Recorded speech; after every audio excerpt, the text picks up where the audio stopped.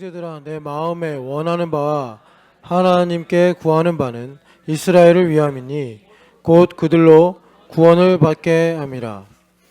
내가 증언하노니 그들이 하나님께 열심히 있으나 올바른 지식을 따른 것이 아니니라. 하나님의 의를 모르고 자기의 의를 세우려고 힘써 하나님의 의에 복종하지 아니하였느니라. 그리스도는 모든 믿는 자에게 의를 이루기 위하여 율법의 마침이 되시니라. 아멘.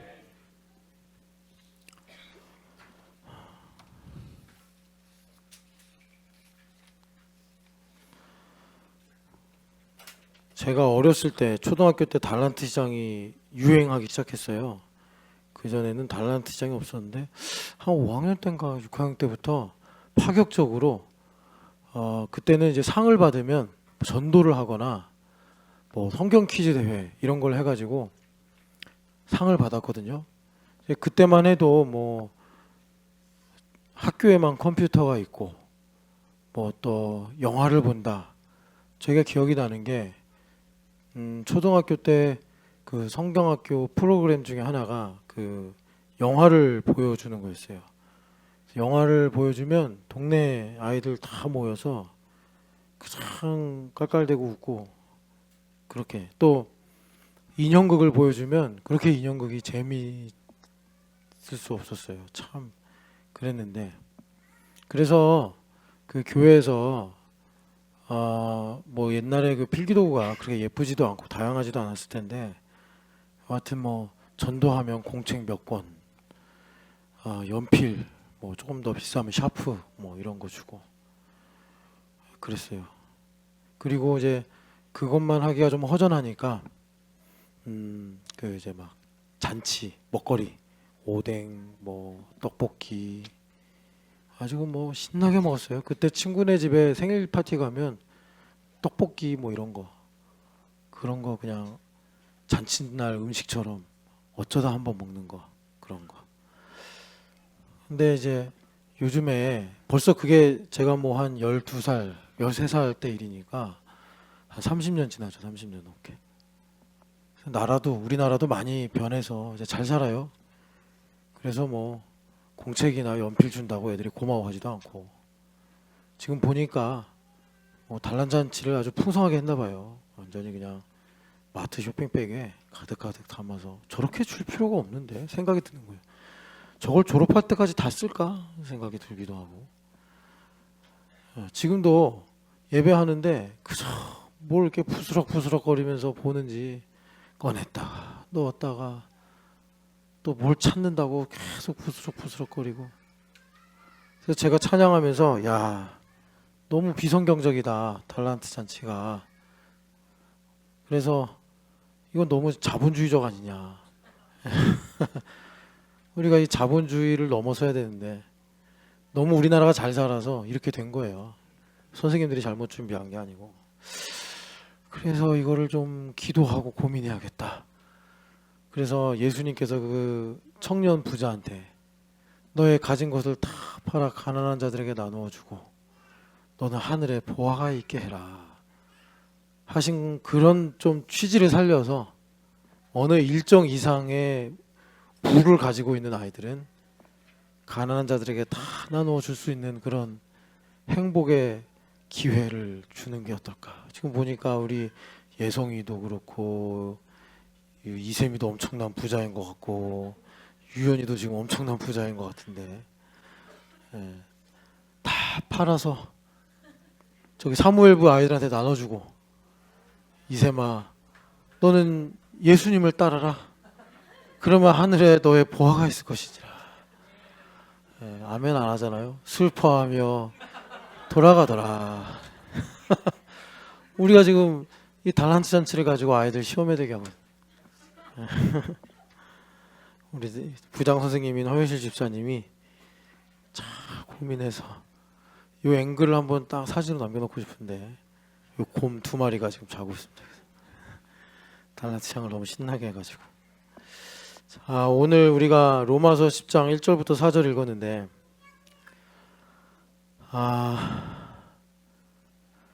이 로마서 9, 10, 11장이 로마서의 꽃이다.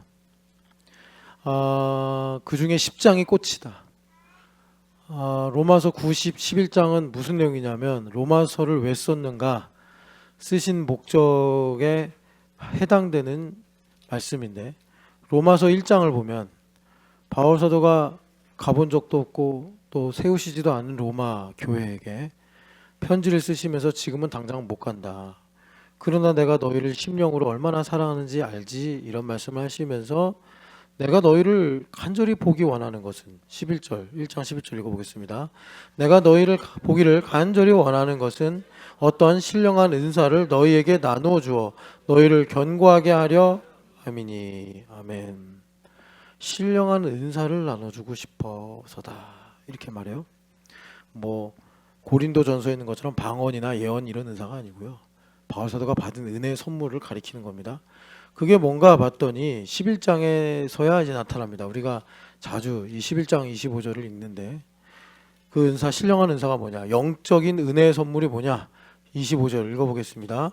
형제들아 너희가 스스로 지혜 있다 하면서 이 신비를 너희가 모르기를 원하지 아니하노니 이 신비는 이방인의 충만한 수가 들어오기까지 이스라엘의 덜어는 우둔하게 된 것이라. 아멘. 지금 대표적으로 25절만 읽었는데 25절에는 참 하나님의 경륜과 또 바울 사도의 인생이 담겨 있습니다. 그러니까 바울 사도 개인으로 보면은 바울 사도가 왜 이방인의 사도가 되었는가?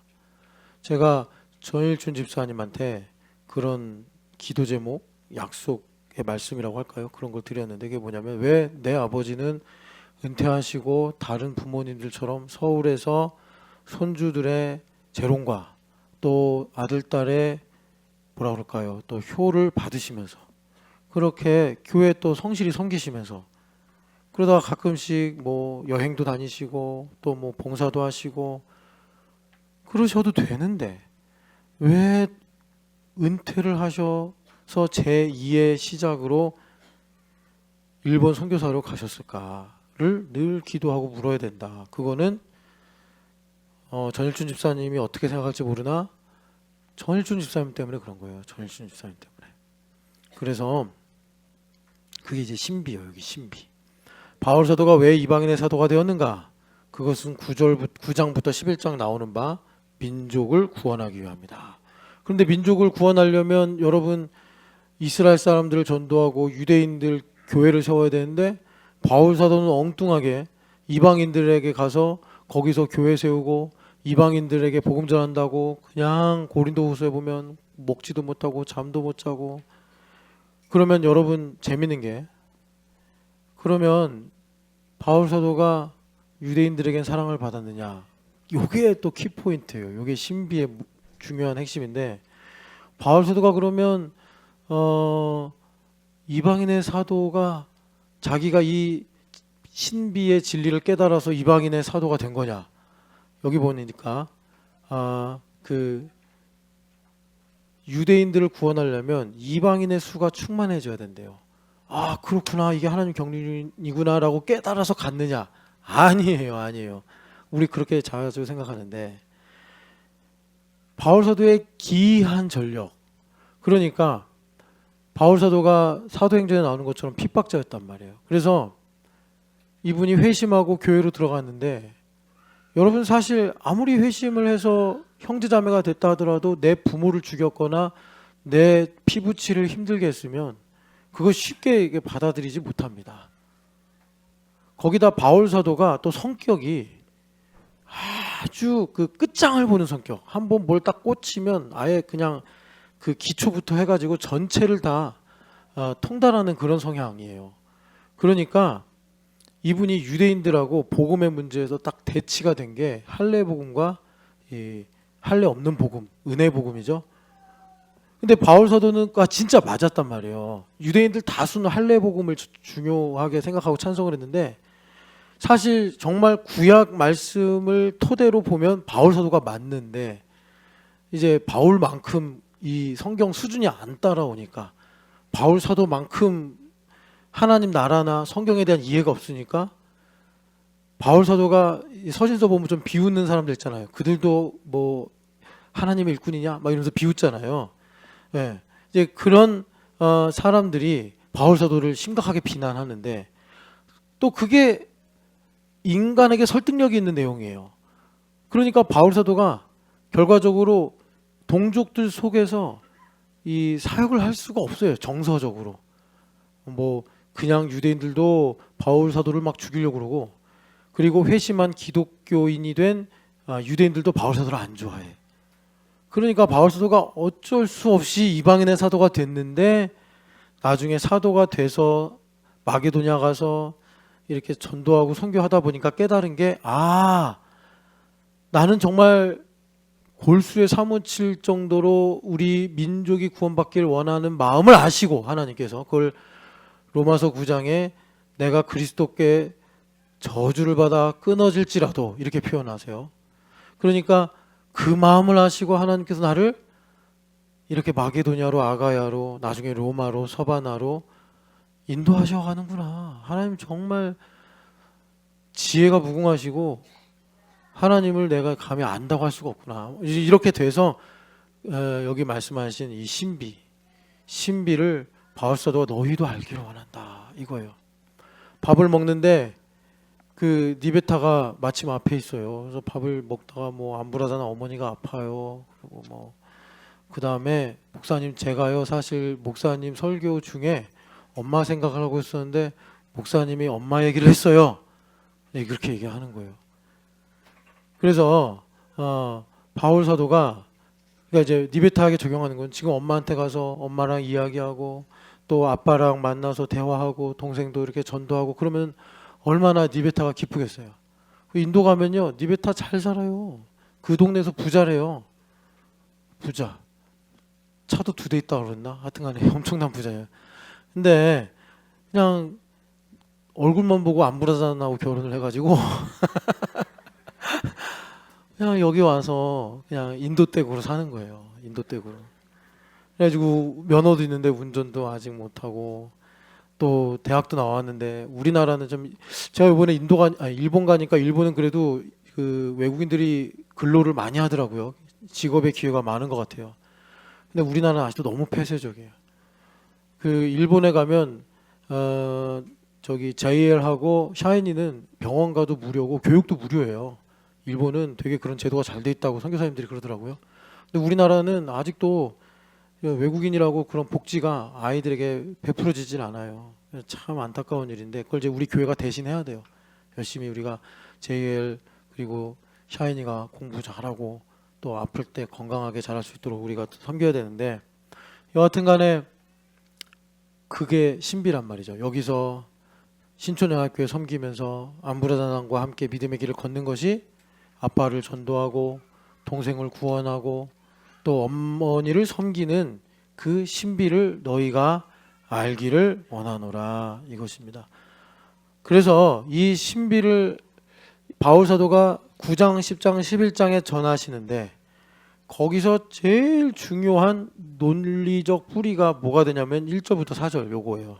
10장 1절부터 4절. 그래서 이 말씀은 로마서에서 복음을 전하면서 그 좀 어려운 부분이 있어요. 어려운 부분은 은혜가 있어야 이해가 되는 거예요. 그러니까 이해는 반드시 돼야 돼요. 이해는 돼야 되는데 그게 수학 공식을 이해하거나 뭐 역사 과목을 암기해서 아는 그런 이해가 아니고 성령 하나님께서 인쳐져서 믿어지는 이해예요. 예수님 믿는 사람이라면 이게 뭔지 알아야 돼요. 예수님 믿는 사람이라면.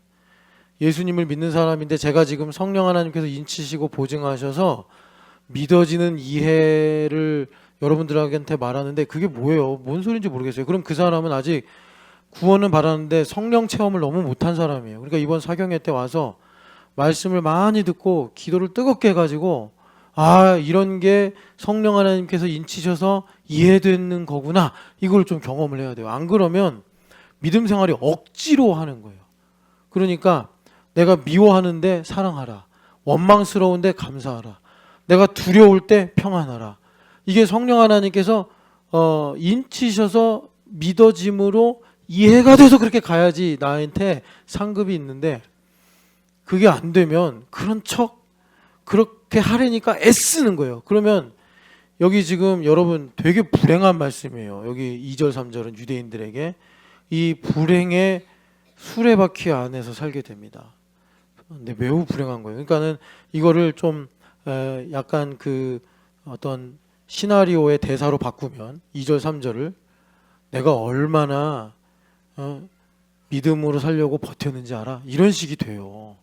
지금 유대인들이 역사를 통해서 그 말 하고 있는 거예요. 막 가자 지구 짓밟으면서 팔레스틴과 싸우면서 그러면서 자기 의를 세우기 위해서 지금 뭐 2000년 전에 예수님도 자기들 손으로 죽였지만 지금 그러고 사는 거예요. 안갚음하는 거예요. 우리가 얼마나 힘들었는지 알아? 우리가 아우슈비츠에서 얼마나 고통당했는지 알아? 막 이러면서 우리는 예수님께서 그렇게 살라고 오신 게 아니에요. 그러니까 여러분 다시 한번 말씀드리지만 구원 못 받는 것도 참 안 좋은 일이에요. 그런데 우리는 이제 그거 갖고 고민할 건 아니잖아요. 교회 다니니까. 그러니까 믿는 사람들인데 믿는 우리에게 최악은 뭐냐면 하나님 내가 이 신촌여학교에 목회하느라고 얼마나 버티고 살았는지 아십니까? 이거예요. 이 목회가 얼마나 힘들었는지 아십니까? 여러분들이 겸손하게 해달라고 기도하고 또 여러분도 아시겠지만 저를 하나님께서 강제로 행복한 목사라고 소개하게 하셔가지고 아 이게 하나님 뜻이구나. 행복한 목사가 되게 없어서 그래서 주님 앞에 섰을 때 하나님 참 이 목회가 행복했습니다. 그래야 되고 여러분들 같으면 하나님 신촌여학교에 부르셔서 너무나 좋습니다. 그래야 된다고. 그래서 제가 싫어서 미워서가 아니에요. 뭐 한두 분한테만 그런 말 한 거 아니니까 너무 나한테만 그런가 하지 마시고 제가 이렇게 보면서 우리 교회 다니는 게 너무 불행해 보인다. 그럼 제가 정중하게 말씀드려요. 다른 교회 가시라고. 아니 우리가 이 험한 세상에서 교회까지 다니는데 때로는 교회 다니면서 병도 얻을 수 있고 가난해질 수도 있고 뭐 인생에 여러 가지 어려운 문제도 만날 수 있는데 무엇보다도 행복해야 되지 않냐. 행복해져야 되는데 내가 계속 교회 다니면서 불행하고 그러면서 속으로 내가 얼마나 버티고 사는지 알아? 이러면 정말 그게 탕자보다 불행한 거다. 제가 그렇게 말씀드린 거예요. 그래서 여러분 예수님은 진리지만 교회는 진리가 아닙니다. 교회는 진리가 아니에요. 그래서 여러분 주님께서 괜히 교단을 나누시고 로컬 처치들을 이렇게 많이 두신 게 아니에요. 어떤 사람들은 참 마음이 좁고 그리고 아는 게 부족해서 뭐 교회가 이렇게 분열하네, 뭐 교회끼리 싸우네 이러는데 여러분 인간이 죄인이라 그런 거지 하나님께서는 그렇게 하셔서 다양한 교회를 두셔가지고 정말 하나님께서 눈높이 맞춰서 나에게 맞는 교회를 다니게 하시는 거예요. 그래서 하나님은요 아까 전에 우리가 나그네를 사랑하라 라는 말씀이 있던 신명기 10장 본문에 하나님께서 그러시잖아요. 오늘 내가 너에게 명하는 이 명령은 내 행복이냐 네 행복이냐 물으시잖아요. 누구 행복이요? 누구 행복이야? 전범의 행복이라고. 여러분 이거는 내가 인본적인 게 아니에요. 행복해야 돼요. 교회 다닐 때. 근데 누구로 행복해야 돼요? 예수님으로 행복해야 돼. 예수님으로. 내가 행복하라 하니까 뭐 내가 세운 기준과 나의 조건과 나의 니드에 맞게 행복해지는 게 아니라 예수님으로 행복해져야 돼. 예수님으로. 그래서 2절 3절이 참 이게라고 해서 죄송한데 이 말씀이 참 중요한 말씀입니다. 그래서 2절 3절을 지나서 바울 사도가 그리스도께서 율법의 마침이 되셨느니라 하는데 그러니까 우리가 자 2절 3절처럼 신앙생활 안 하려면 율법의 마침이 뭐다 이걸 알아야 돼요. 이것이 여러분 되게 특이한 표현입니다. 바울 서신에 나오는 상당히 특이한 표현이고 요거와 비슷한 표현이 율법의 완성이라는 표현이 있는데 여러분 신촌여학교에 다니잖아요. 그러면 좀 여러분들이 어려운데 하더라도 요건 알아야 돼요. 이건 알아야지 뭐 상속자래니 뭐 아침에 햇새들하니 이런 걸 좀 우리가 내 걸로 적용할 수도 있고 하나님께서 주실 때 아멘 감사합니다 하고 받을 수가 있어요. 그러니까 제가 지금 어렵다고는 하지만 사실은 어려운 내용이 아니에요. 여러분들이 세상에서 전문적인 지식과 직업을 갖기 위해 배우는 것들에 비하면 10분의 1 안부라잔이 전공이 수소잖아요. 그거에 비하면 지금 제가 율법의 마침과 율법의 완성이라는 이 성경 말씀의 내용은 한 100분의 1도 안 돼요. 어떤 내용적인 면이나 이해를 요구하는 것이나 그런데 우리가 죄인이라서 하나님에 대해 관심이 없고 또 하나님께서 말씀하시는 거에 대해서 내가 이게 무지해요. 그래가지고 어렵게 느끼는 거예요. 어렵게 느끼는 거예요. 레위기, 출애굽기 한국 사람들이 어렵다라고 그래요. 아, 레위기 어려워. 읽으면 잠이 와. 하나도 안 그래요. 정말 내가 예수님을 믿고 그 예수님 나를 위해 죽으셨다라는 감사가 있으면 성의 있게 성경 읽잖아요. 그래서 제가 여러분들에게 마지노선으로 말씀드리는 게 그 톰슨 주석 정도는 한 권 사놓을 만하다. 왜냐하면 우리는 한국인이고 또 시간적으로도 2000년이 떨어져 있기 때문에 잘 몰라요. 왜 아수르가 침공하는지, 그럴 때 왜 하나님은 이런 말씀을 하시는지, 히스기야는 왜 승리를 한 건지. 그러니까 적어도 톰슨 주석 성경에 무슨 절기표라든지 연대표 이런 걸 참고하면서 보면 다 이해가 됩니다. 뭐 여러분들 설교는 좀 더 그거보다 깊이 있는 해석을 듣는 거지만 여하튼 간에 그래서 제가 어렵다고는 하지만 이건 사실 우리가 세상에서 뭐 주식이 어떻게 올라가고 어떻게 떨어지는지, 환율과 이 관세의 이 관계가 무엇인지 이제 그런 것을 우리가 아는 것보다 더 쉬운 내용이다, 사실. 자, 그래서 지금 이제 율법의 완성과 율법의 마침에 걸 비교하면서 제가 좀 율법의 마침을 여러분들에게 말씀드리려고 하는데, 율법의 완성은 성경의 여러 구절에 나와요. 이걸 보면 여러분들이 좀 알 수 있는데, 그러니까 율법의 완성은 뭐냐면 율법은 여러 계명들로 돼 있잖아요. 그러니까 이 요건들을 채운다 이겁니다. 이게 무슨 말인지 알려면 하나님께서 율법을 주시는 의도를 알아야 돼요. 그러니까 율법의 요건들을 채워야 돼요. 자, 로마서 13장을 보세요. 어디서 신성현의 끙끙한 소리가 들리는데 얼굴은 안 보이네. 신성현이 오늘 컨디션이 안 좋은가 저를 피해 다니는 것 같아요. 한 3번은 걸려야 되는데. 자, 8절 읽어보겠습니다. 13장 8절. 피차 사랑의 빛 외에는 아무에게든지 아무 빛도 지지 말라. 남을 사랑하는 자는 율법을 다 이루었느니라. 아멘. 그러니까 여기 율법을 다 이루었느니라 라는 말씀이 율법의 모든 요건을 채웠다라는 것입니다. 어떻게 하면요? 남을 사랑하는 자는 이거예요. 그래서 여기 요건들을 십계명으로 말씀하잖아요. 간음하지 말라, 살인하지 말라, 도둑질하지 말라, 탐내지 말라, 이런 여러 요건들이 있는데 너가 이웃을 용서하고 사랑하면 거기에 다 들어있느니라. 그러니까 바울 사도가 율법을 통달하셨으니까 이거 여러분 믿으실 수 있겠죠. 그래서 사랑은 율법의 완성이니라 10절에 말씀하는 거예요. 그래서 우리가 율법주의가 아니라 복음으로 살아가면 율법을 폐하는 것이 아니라 오히려 믿음의 법으로 완성한다라는 게 그런 말씀이에요. 자, 율법의 완성이 무슨 말씀인지 아시겠죠? 마태복음 5장 가면 여러분 기억하시죠? 예수님께서 율법을 완성하러 오셨다고 하신 말씀 가서 읽어보겠습니다. 마태복음 5장 7절 17절 말씀 같이 읽겠습니다. 내가 율법이나 선지자를 폐하러 온 줄로 생각하지 말라. 폐하러 온 것이 아니요 완전하게 하려 함이니라. 아멘. 완성하러 오셨다 이런 말씀이에요. 그래서 예수님께서 어느 정도로 완성하러 오셨냐면 1.1획도 틀림없이 완성하러 왔다. 이 인간은요, 여러분 그 마태복음 15장에 고르반 있죠? 고르반이 뭐예요? 예물이라는 히브리어예요. 그래서 내가 오늘 예물 드렸기 때문에 부모님께 용돈 안 드려도 돼. 이렇게 유대인들이 생각하는 거예요.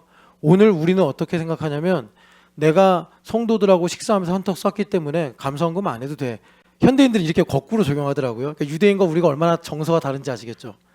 유대인들은 감사원금을 하고 아이고 아버지 제가 아버지 드릴 용돈 그 예물로 드렸으니까 그걸로 아버지 받았다 생각하십시오. 이렇게 유대인들은 그걸로 정당화를 하는데 이방인인 우리는요 이런 사례들 되게 많아요. 교회에서 김 집사님이 어디 식당 가서 야 오늘은 제가 삽니다. 그래서 막 성도들이 고마워요 집사님 고마워요 맛있게 먹었어요. 그러면 이제 주님께서 하셨습니다.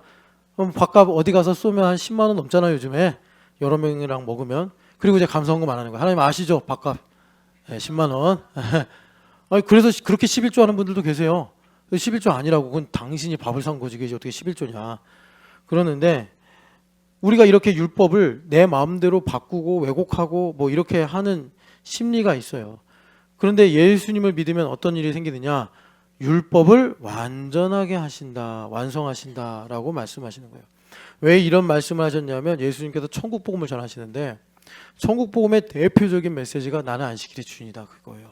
그래서 여러분들이 마태복음 12장 보면은 그 제자들이 안식일 날 너무 배가 고프니까 그분들도 참 율법을 잘 지키시는 분들인데 잊어버린 거예요. 그리고 예수님 따라가면서 이삭을 주워다가 비벼가지고 막 입으로 씹으면서 먹고 있었어요. 그러니까 바리새인들이 그걸 놓치지 않고 꼬집어가지고 예수님 당신의 제자들이 말이에요 지금 안식일을 어기고 있습니다. 그랬더니 예수님께서 성전보다 큰 이가 여기 있지 아니하냐 하면서 안식일날 병도 고쳐주시고 안식일날 열심히 일을 하시는 거예요. 그러니까 많은 바리새인과 유대인들이 예수님은 안식일을 폐하러 온 사람이다, 율법을 폐하러 온 사람이다, 위험하다, 너무 급진적이다 막 이러니까 예수님께서 아니다, 난 율법을 완성하러 온 거다 이놈들아 그러시면서 주님께서 나는 1.1획도 틀림이 없다. 니들 마음이 꼬부라진 거 아니냐. 니들도 안식일날 니들이 키우는 소나 양 물 먹이지 않냐. 그러면서 내가 아브라함의 딸 수십 년 이렇게 고통당하는 딸의 몸을 건정케 한 것이 어찌 죄가 되겠느냐. 이 양심이 꼬부라진 놈들아 이러시는 거예요 예수님께서. 그래서 여러분 예수님께서 율법을 완성하러 왔다. 이 율법의 모든 조건을 채워서 우리로 복음으로 살게 하신 분이더라. 하나만 더 볼까요? 율법의 완성과 관련해서 로마서 8장을 보시면 이제 성령 하나님의 생각을 따라 행하라라는 성령의 법에 관한 말씀인데, 그러니까 성령의 법이 뭐예요? 자, 여기 전보미 사님 맨날 앞에 있으니까 예시로 자주 나오는데 전보미 사님이 이렇게 있는데 가을이라 쓸쓸하구나, 다들 무심하다, 누가 내 마음을 알아주리요, 이런 마음 들 수 있죠. 가을이니까. 그럴 때 원수마귀가 봄이야. 그렇지. 그때 육의 생각을 따라가면 사망이요. 봄이야, 너 안에 내가 있지 않냐. 내가 큰 힘이 큰 능력의 보배로 너에 있지 않냐. 그러면 영의 생각을 따라가서 아멘 하면은 이 신촌이 그냥 천국으로 화하여서 항상 봄이에요. 자기 이름처럼. 전봄이잖아요. 원래 전봄. 근데 전봄 하면 이상하니까 부모님이 그냥 조사를 붙입시다. 그래서 아마 봄이가 된 것 같아요. 전봄이 이렇게 된 것 같아요. 근데 운명적으로 진짜 봄, 진춘 씨를 만나서 봄봄이 됐네. 할렐루야. 아멘 해야지. 그렇게 무섭게 얼굴을 나를 하고 쳐다보면 어떡해요. 봄봄이 됐는데 하나님 퍼즐을 완성하셨는데, 아니 전 세계에서 봄이란 이름을 가진 남자를 만날 확률이 얼마나 되겠어? 미국인 좀 이상하잖아. 스프링 이상하잖아요. 스프링, 미스터 스프링하고 결혼하면 이상하잖아요. 에? 중국어로 춘이 뭔지 좀 조희진 집사님한테 묻고 싶은데 샌프란시스코에 있어가지고 얼마나 감사해. 나는 여태까지 춘자가 들어간 남자를 대한민국에서 만난 적이 없어. 근데 춘자도 진춘이에요. 진춘. 참 진짜요? 이야, 진짜 할렐루야, 할렐루야. 모든 겨울을 이길 수 있는 봄의 교회. 정말 우리 김 목사님이 목회자로 서원하고 목사님 저 교회 이름도 정했습니다. 뭐냐? 신촌의 봄교회라고 그랬나? 봄의 교회랬나? 그랬어요. 꼭 그 봄교회를 세우시기를 축복합니다. 그래서 영의 생각을 따라가는 게 성령의 법이에요. 그러면 정죄를 안 받는다고 맨날 그냥 육신의 생각을 따라가니까 사망으로 가는 거예요. 8장 4절 읽어보겠습니다. 육신을 따르지 않고 그 영을 따라 행하는 우리에게 율법의 요구가 이루어지게 하려 함이니라. 아멘. 여기 율법의 요구가 직역을 하면 율법의 의예요. 의인데 여기서 율법의 의라고 그러면은 좀 맥락이 한국인에게는 소화가 잘 안 되니까 율법의 요구로 바꾼 거예요. 그래서 율법의 요구가 이루어지면 의롭겠죠. 율법의 요구가 이루어진다. 이게 율법의 완성이에요. 어떻게 하면요? 성령 하나님을 따라 살면. 성령 하나님을 따라 살아가면, 성령 하나님을 따라 생각하고 성령 하나님을 따라 행하면 여러분 걱정할 필요 없어요. 율법의 요구가 이루어진다니까. 그래서 이것이 율법의 완성이에요. 자, 요건들을 채운다. 이제 느낌이 오시죠? 그래서 예수님이 좋은 거예요. 어떻게 내가 율법의 요건을 다 채워?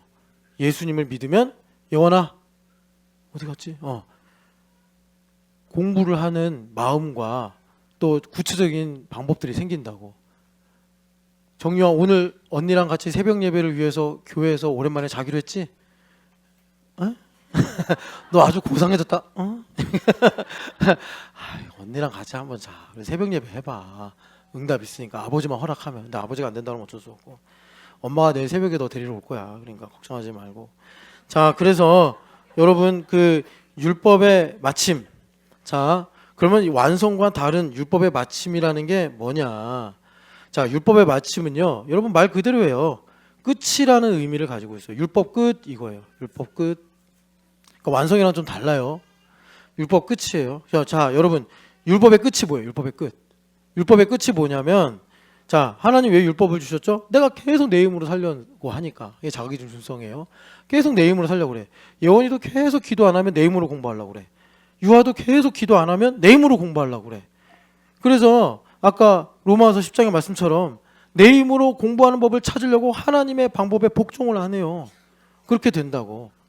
그러기 때문에 우리에게 은혜는 뭐냐면 끝 이거예요. 옛날에 텔레토비 끝 그랬나? 그러잖아요. 끝 이제 그 주님께서 끝을 외치시는 거예요. 끝을 외치시는 거. 근데 두 가지가 있습니다. 이 끝은요.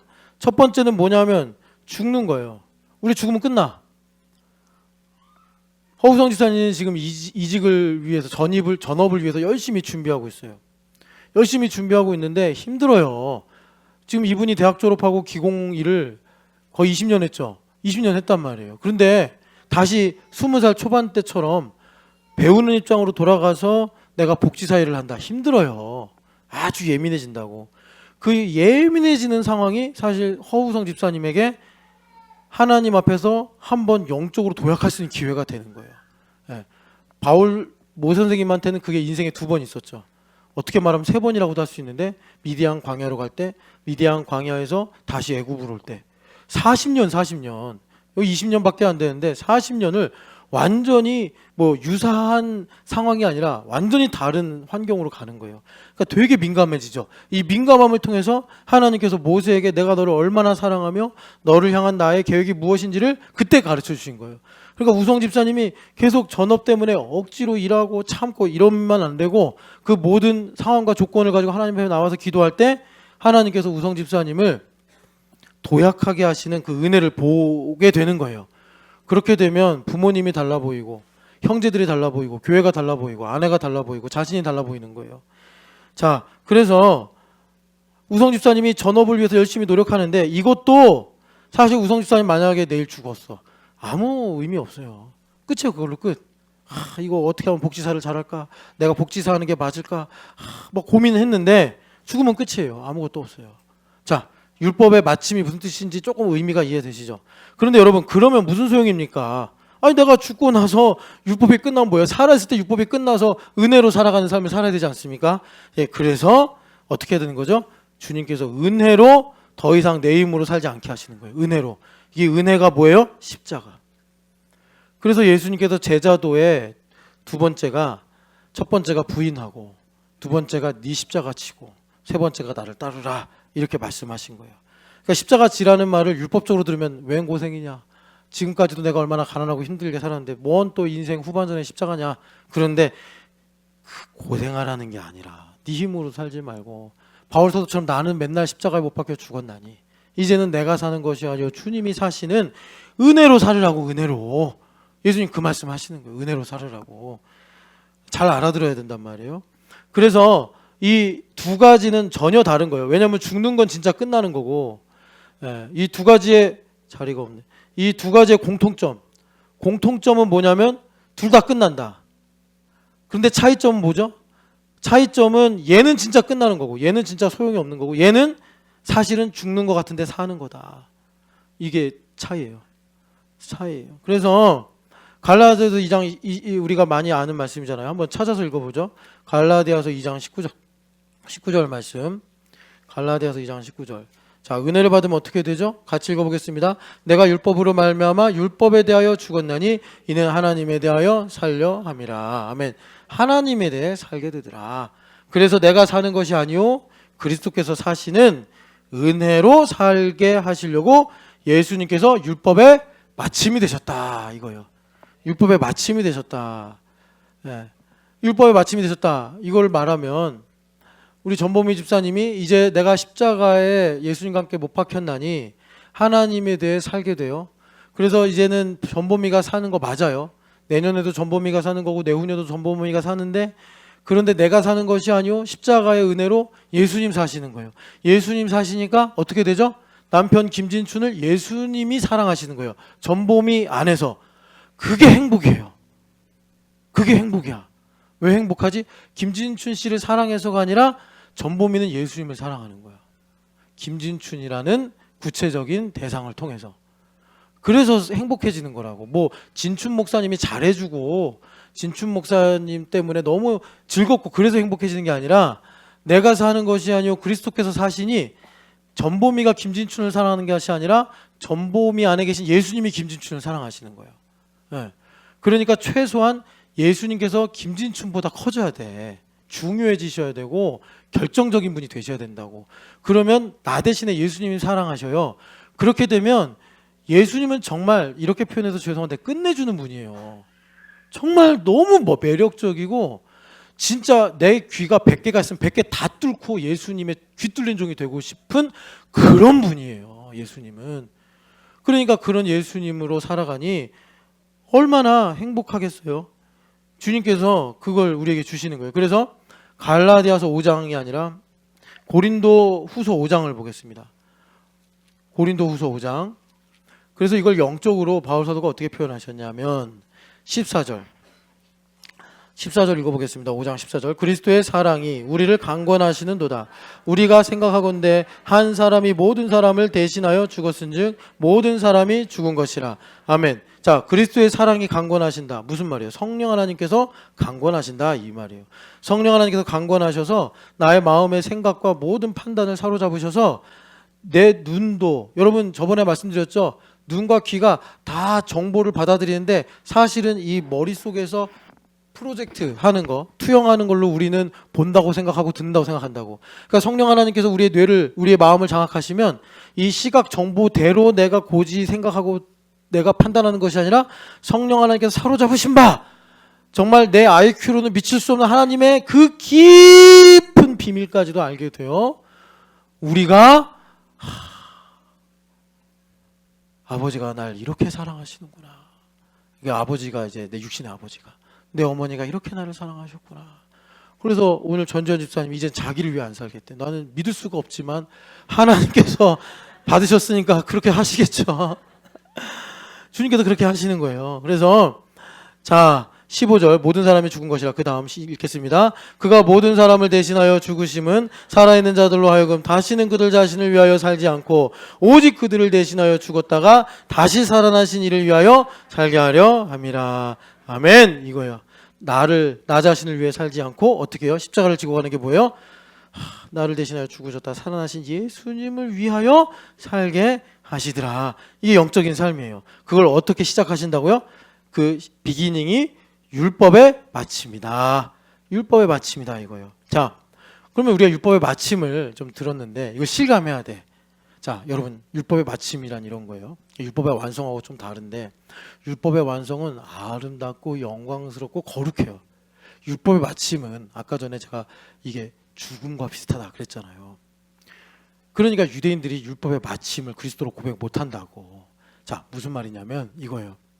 여러분 그 안도연 씨의 시 중에 연탄재 함부로 발로 차지 마라 있죠. 네. 그 다 타서 너희들 온유 연탄재 본 적 있어? 없지. 저는 어렸을 때 그래도 서울이 다 연탄 뜰 때, 그래서 겨울 되면은 골목마다 연탄재들이 이렇게 수북히 쌓여 있었어요. 그래서 눈이 오면은 미끄러지지 말라고 그 연탄재 막 깨부셔가지고 이렇게, 그쵸? 까끌까끌하게 만들었잖아요. 그 연탄재, 하얀 연탄재. 유연아, 연탄이 무슨 색깔인지 아니? 모르지. 아이고야. 좀 나이가 있는 우리 예준 씨, 연탄이 무슨 색깔이게? 6학년도 모르는구나. 그러면은 예원이 너는 아냐? 얘도 모르네. 연탄은 검정색이야. 어휴, 연탄이 무슨 색깔인지 모르네. 성원아, 연탄은 검정색이야. 검정색. 나중에 아버지한테 연탄 하나만 보여주세요. 그래. 뭐 이제는 쓰지도 않지만 그래도 알아야지. 그 연탄을 말이야 보일러에 넣고 활활 태워. 그러면 이제 뜨거운 물이 데펴져 가지고 방구석이 뜨끈뜨끈해지는 거야. 옛날엔 그렇게 살았어. 그러면 하룻밤이 지나면 연탄재가 그 시커멓던 연탄재가 다 타. 연탄이 다 탄다고. 그럼 무슨 색깔로 바뀌게? 그건 또 안 해. 하얀색으로 바뀌어 연탄이. 하얀색. 그러면 집 골목마다 하얀 연탄재가 쌓인다고. 그러면 온유 같은 애들이 지나가다가 에이 하고 발로 뻥 찬다고. 그러면 골목이 완전히 그냥 연탄재 가루로 먼지 나고 막 이러는 거야. 연탄재를 함부로 발로 차지 마라. 왜 그러느냐? 그게 율법의 마침이기 때문에. 그 안도현 씨가 그러잖아요. 너는 누구에게 한 번이라도 뜨거운 사람이었냐 하면서 연탄재 함부로 발로 차지 마라. 발로 차지 마라. 이것을 가지고 여러분 그게 이제 너에게 묻는다라는 시에 있는 내용이에요. 그래서 거기에 보면은 연탄 처음으로 붙여진 나의 이름도 으깨어져 나의 존재도 까마득히 뭉개질 터이니. 그러니까 연탄재를 가지고 안도현 씨가 뭐라고 그러냐면 산산이 깨져서 흩어지는 나 자신이다. 이렇게 표현해. 네, 이게 율법의 마침이에요. 자, 여러분 이제 2절 3절로 들어갈게요. 지금 바울 사도가 왜 유대인들이 구원을 못 받는가? 그래서 내가 왜 이런 방식으로 이방인의 사도가 되었는지를 설명하기 위해 이 논거를 지금 말하고 있는 겁니다. 그런데 유대인들이 어떠냐면 2절에 보니까 하나님께 열심은 있는데 그들이 여기 보면은 대한성서공회에서 작은 글씨로 올바른이라는 형용사를 넣었는데 이건 사실 원어에 없다. 지식을 따르지 않은 것이다. 호세아서 4장 말씀 인용한 거죠. 내 백성이 지식이 없어 망하는도다. 그런데 여러분 이 지식이 뭘까요? 이 지식이 우리가 예전에 이 바울 사도가 예수님을 알므로 너희에게 참 하나님의 큰 복이 있다 이렇게 말씀했는데 바울 사도는 베드로 사도는 예수님을 잘 아는 분이잖아요. 그래서 제가 그때 예수님을 아는 것이 두 가지가 있습니다. 기노시스라는 말이 있고 에피그노시스라는 말이 있습니다. 기노시스가 아니라 그노시스. 여러분들한테 예전에 말씀드린 이거는 어쩔 수 없이 제가 뭐 원어를 알면 은혜롭다 이래서가 아니라 우리가 한글로는 담을 수 없는 말이기 때문에 이건 그냥 지식. 그래서 나는 알고 있습니다. 오늘 예물 그 봉투에다가 전지현 집사님이 나는 내가 어머니의 인생의 의미를 알았습니다 그랬는데 그거는요 knowing about mom 엄마에 대해서 안 것이 아니고 오늘 전지현 집사님 말씀하신 거는 knowing 그냥 뭐 her 이렇게 되는 거예요. 엄마를 알게 됐다. 에피그노시스. 이것이 여호와를 아는 지식이에요. 여호와를 아는 지식. 자, 이렇게 말하면 뭐가 되는 거죠? 엄마가 전지현 안에 살아있다. 이게 되는 거예요. 예, 이게 불경한 말이 아니라 인격적 관계를 그렇게 표현하는 거예요. 엄마의 인생이, 뭐 엄마의 눈물이, 엄마의 수고가, 엄마의 기도가, 엄마의 꿈이 내 안에 살아있다. 이걸 하나님께서 여호와를 아는 지식이다. 호세아서에 말씀하신다고. 그래서 자 호세아서 6장 6절을 가서 한번 보세요. 호세아서 6장 6절을 보면은 우리가 헤세드로 관계를 연결시켜야 하나님의 헤세드가 우리 가운데 들어오는데 6장 6절 같이 읽어보겠습니다. 나는 인애를 원하고 제사를 원하지 아니하며 번제보다 하나님을 아는 것을 원하노라. 아멘. 그러니까 여기 인애가 헤세드죠. 나는 헤세드를 원한다.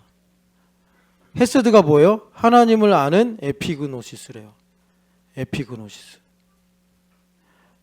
그러니까 전지현 집사님이 자 김영윤 선교사님 연세가 어떻게 되세요? 이렇게 되십니다. 그건 knowing about mother 이렇게 된다면 그 많은 그 시간 동안 엄마를 이해하고 엄마가 과거 했던 말을 깨닫고 뭐 또 자식이라면 이럴 수 있잖아요. 엄마가 정말 나를 사랑하는 게 맞을까? 정말 엄마는 나를 사랑하는구나. 이런 것들 그게 일종의 헤세드를 내가 받는 거예요.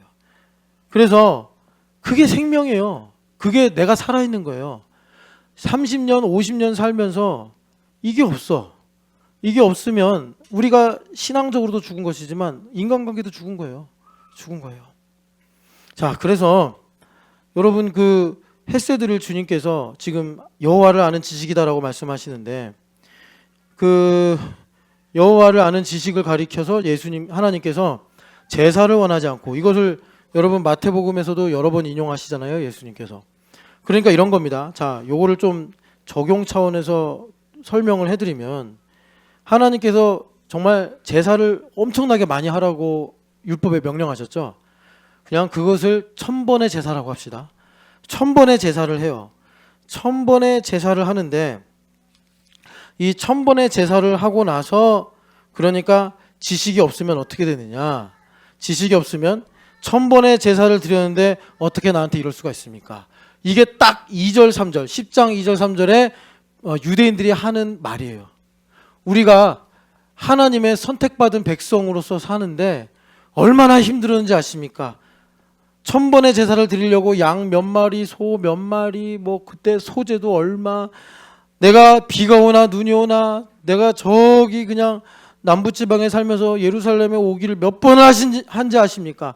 어떻게 그런데 나한테 이럴 수 있습니까? 그것이 아까 로마서 10장 2절에 3절에 자기 의를 세우려고, 내가 어떻게 1000번의 제사를 드렸는데 하나님 이러실 수가 있습니까? 그것이 하나님의 의에 복종하지 않는 것이더라 라는 거예요. 이 문제를 해결하시려고 예수님께서 율법의 마침이 되셨다. 그래서 아까 읽었던 호세아서 6장 6절의 말씀 보면 1000번의 제사를 성실하게 해야 돼요. 정말 성실하게 하고, 1000번의 제사, 즉 율법의 요구 조건이 딱 채워지니까 어떤 생각을 갖는 거예요?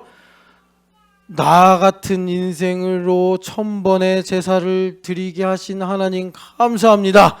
제가 드린 제사가 예물이 하나님께 가치가 있겠습니까마는 하나님의 은혜로 나의 양과 소와 기도와 나의 소재를 받아주신 하나님, 다 주님의 은혜입니다 하면서 그 1000번의 모든 시간과 그 모든 경험이 나에게 생명으로 생생하게 들어오면서, 자, 미가서 6장 8절 읽어보겠습니다.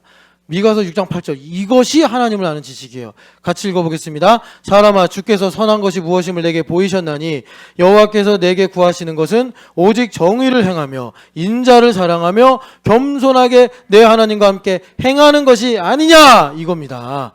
이것이 주님께서 내가 인애를 원하며 제사를 원하지 않았고 내가 여호와를 아는 지식을 번제보다 원한다라고 하신 말씀이 바로 이거예요. 1000번의 제사, 율법의 조건을 다 우리가 채웠을 때 주님께서 선한 것이 무엇임을 나에게 보게 하시는데, 그것이 뭐냐?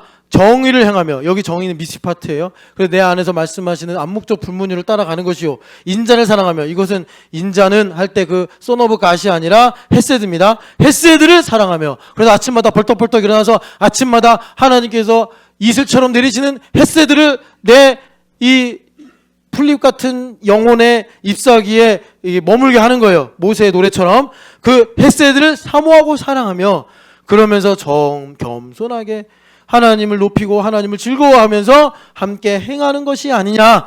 이거 하시려고 주님께서 1000번의 제사를 바치라고 그랬지, 소나 양이 없다고 해서 하나님께서 우리들에게 고기를 가져오라 하신 것이 아니더라 라는 것입니다. 이 지식이 없어서 유대인들이 하나님께 열심은 있는데 엉뚱한 곳으로 가서 결국은 하나님에 의해 복종하지 않고 예수님을 죽였는데, 우리도 그런 길을 가지 않게 하시려고 예수님께서 율법의 마침이 되셨다, 이거예요. 그래서 우리가 예수님을 율법의 마침으로 믿는다는 건 뭐냐면, 우리가 아침에도 읽었던 시편 118편의 건축자의 버린 돌이 성전의 모퉁이 돌이 되었다, 이것입니다. 여러분, 그 예수님을 주인으로 모시기를 축복합니다. 그래서 여러분, 예수님을 우리가 주라고 말하는데 왜 주인이 되시는 거예요? 교회 다니니까 그냥 주인이라고 하는 것이 아니라 나의 인생의 율법의 마침이 되셨기 때문에 주인이라고 하는 거예요. 내 인생에, 서유미의 인생의 마침이 되셔서 더 이상 서유미로 살지 않고 예수 그리스도로 살게 하셨기 때문에 그분이 주인이신 거예요. 여러분, 그렇게 율법의 마침이신 예수님을 고백하기를 축복합니다. 자, 여기서 한 가지만 좀 더 말씀드릴게요. 유대인 이야기 좀 하려고 그러는데, 여러분 나중에 심심하시면 그 영화 중에요, The Trial of God이라는 영화가 있어요. 이거 BBC에서 만든 영화인데, 한번 예수님 있는 사람들 보면 좋아요. 보다 좋을 수도 있어요. 하나님을 심판한다, 이런 영화예요. 아우슈비츠 수용소에서 유대인들끼리 모여요. 그래서 두 파로 나뉘는데 하나님은 유죄냐 무죄냐는 거예요. 하나님께서 분명히 우리 백성, 우리 민족을 택하셨다고 그랬는데 왜 우리 민족이 이렇게 고난 당해야 되느냐. 그래서 지금 이런 결과를 놓고 우리는 하나님을 심판해야 된다. 그래서 감옥 안에서 그 유대인들이 그 줄무늬 옷을 입고 서로 하나님은 유죄요, 하나님은 무죄요, 이걸 막 논쟁하는 그런 영화예요. 그런데 거기에 이제 유죄파와 무죄파가 열심히 논쟁을 하는데 그 논쟁을 하는 중에 결국 나중에 결론은 유죄로 갑니다. 하나님 유죄다. 왜? 하나님은 약속을 파기하셨기 때문이다. 그런 말을 해요. 자, 그런데 유죄파와 무죄파가 전체 화면으로요. 유죄파와 무죄파가 막 싸우는데 결정적인 단서가 나오는 게 요거예요. 요게 뭐냐면 남자들 그 벨트 매면 이 바클 있잖아요. 바클. 이게 여기 나치 표시 있잖아요. 나치 친위대 바클이에요. 그러니까는 독일 나치들은 아주 명예롭게 이 바클을 메고 다닌 거예요. 근데 여기 한글로 번역해 있죠. 하나님이 우리와 함께 하신다. 여기 보면 가트 미트 운스 이렇게 읽나? 우리 신나리 집사님 어떻게 읽죠? 우리 독일어 발음으로 도망갔네. 우리 신나리 집사님이요 3년 정도인가 하여튼 유학하고 왔는데 독일어를 그렇게 잘해요. 그래서 내가 예전에 민회는 그랬더니 그렇게 하는 게 아니에요. 막 이러면서 잘난 척을 엄청나게. 예. 이것도 분명히 신나리 집사님 읽으면 보면 다르게 읽어요. 가트 미트 운스 아닌가? 근데 이게 뭐냐면 하나님 우리와 함께 하신다라는 임마누엘이에요. 근데 나치 친위대가 이거를 벨트에다가 새기고 막 유대인들을 죽이는 거예요. 그러니까 유대인들이 이걸 딱 떠올리고서 그래 하나님은 유죄야. 왜 유죄가 됐냐면 아브라함과 다윗과 약속을 해놓으시고서 그 약속을 파기하셨어. 그래서 지금 저 히틀러랑 나치랑 다시 언약을 맺으시고 우리를 이렇게 고통을 주시는 거야. 그러므로 하나님 당신은 유죄. 그런데 종이 울리고서 그들이 가스실로 들어가요. 이제 그런 영화인데 여러분 제가 지금 무슨 말을 하는 거냐면 율법의 받침 얘기하는 거예요. 자, 여러분 이해를 돕기 위해서 하나만 더 얘기할게요. 폭풍의 언덕이라고 그 요번에 어디선가 제가 우연히 듣다가 박윤희 집사님이 전시를 했잖아요. 거기서 이제 카페 가서 이야기를 하는데 박윤희 집사님과 그 앉았던 분들이 고상한 대화를 하시더라고요. 예술이란 뭔가요? 막 이런 대화를 하는 거예요. 보통 그런 대화들 안 하고 뭐 되게 이제 좀 그런 얘기들 하는데 야 뭐라고 할까 했는데 별로 이게 답은 제대로 안 나왔어요. 근데 예술이란 무엇인가를 서머신 몸이라고 그 소설가가 그 사람 동성애자잖아요. 근데 그 사람이 고갱의 스토리를 듣고서 영향을 받아서 그 달과 육펜스라는 소설을 썼죠. 그래서 그 소설을 소개할 때 항상 이런 말이 꼬리처럼 달려요. 예술을 추구하는 사람들에게 영원한 성소가 된 뭐 소설 이런 식으로. 그래서 고갱은 정말 여러분 뭐 배울 점도 없는 삶을 살았습니다. 뭐 고갱은. 근데 그 고갱의 삶에서 영감을 받아서 스트릭랜드라는 사람을 창조해내 가지고 예술이란 이런 거야 라는 것을 스토리로 만든 거예요. 그런데 그 서머신 몸이 참 탁월한 감각을 갖고 있는 거죠. 그 소설 보면 느낌을 여러분 알 수 있어요. 그 사람이 가장 내가 좋아하는 뭐 존경하는 소설 중에 하나로 거명된 게 폭풍의 언덕입니다. 제가 이 폭풍의 언덕을 설명하려고 거기까지 갔다 왔네요. 폭풍의 언덕이 왜 그 훌륭한 소설이냐면 근데 아이들한테 별로 좋지는 않을 거고 얘네들이 한 이제 고등학교 좀 되면은 아니면 중학생 정도 되면 소화할만 할 텐데 그러니까 이제 일반적으로 뭐 히스클리프가 캐서린을 좋아하는 거 아니냐 이렇게 로맨틱하게 생각하기 쉬운데 그게 아니라 인간의 심리를 아주 섬세하게 파고들어요. 그래서 히스클리프라는 사람을 통해서 뭐를 파고들냐면 히스클리프가 고아로 입양이 돼가지고 그 집안에서 살다가 나중에는 캐서린을 차지하기 위해서 그 집안을 무너뜨린 이야기잖아요. 그러니까 히스클리프한테 이제 그만해라고 누군가 말합니다. 그럴 때 히스클리프가 뭐라고 그러냐면 이런 얘기를 해요. 그러니까 제가 정확하게 그 문장은 잊어버렸고 무슨 말을 하냐면 캐서린에 대한 자신의 열망과 그리고 이 집안을 향한 복수심이 자신의 삶의 동력이다 이런 말을 해요. 그게 정확하게 유대인들이 자기를 세우려고 하나님을 아는 지식 없이 열심으로 사는 거예요. 자, 요거를 여러분 이제 좀 감이 오셨으면 이제 여러분들께 설명해 드릴게요. 내가 정말 죽어야지 은혜인데 율법적으로 내가 십자가에서 죽지 않고 내 힘으로 살려는 자기중심성으로 똘똘 뭉쳐서 내 인생의 어떤 결핍을 해결하려고 그러고 내 인생의 고통을 해결해 보려고 그러고 내 인생의 목적을 이루어 보려고 할 때 이 에밀리 브론데가 말한 그거 복수와 소유하고 싶은 열망밖에 없다는 거예요, 우리 마음에. 그래서 나도 고통스럽게 하고 내가 너밖에 없어라고 말하는 그 대상도 고통스럽게 한다고. 그 흔한 예가 대한민국의 어머니와 아들 이야기예요. 어머니와 아들 이야기.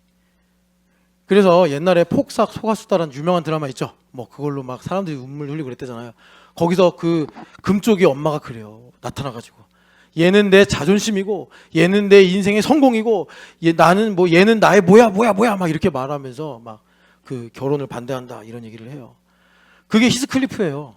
나의 인생의 동력은 캐서린을 소유하는 것과 이 집안을 무너뜨리는 거야.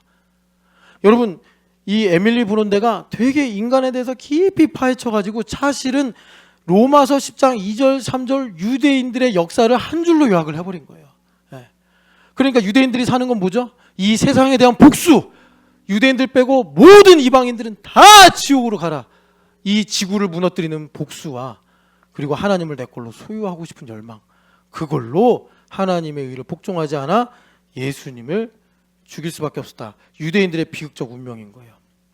그래서 여러분, 우리가 누군가를 위해 산다는 건 참 행복하고 복된 기회요. 그리고 하나님 주신 선물인데 그렇게 살려면 어떻게 살아야 된다고요? 그리스도께서 모든 믿는 자들에게 율법의 마침이 되시니라. 그리스도 안에서 나는 죽었고 또 예수 그리스도로 말미암아 나는 산다. 이 고백이 우리에게 주님께서 주시는 복음의 인생이더라라는 것입니다. 여러분, 예수님을 율법의 마침으로 마음에 모시고 그 예수님으로 여러분들 마음을 지키시기를 축복합니다. 자, 우리 같이 찬양합시다.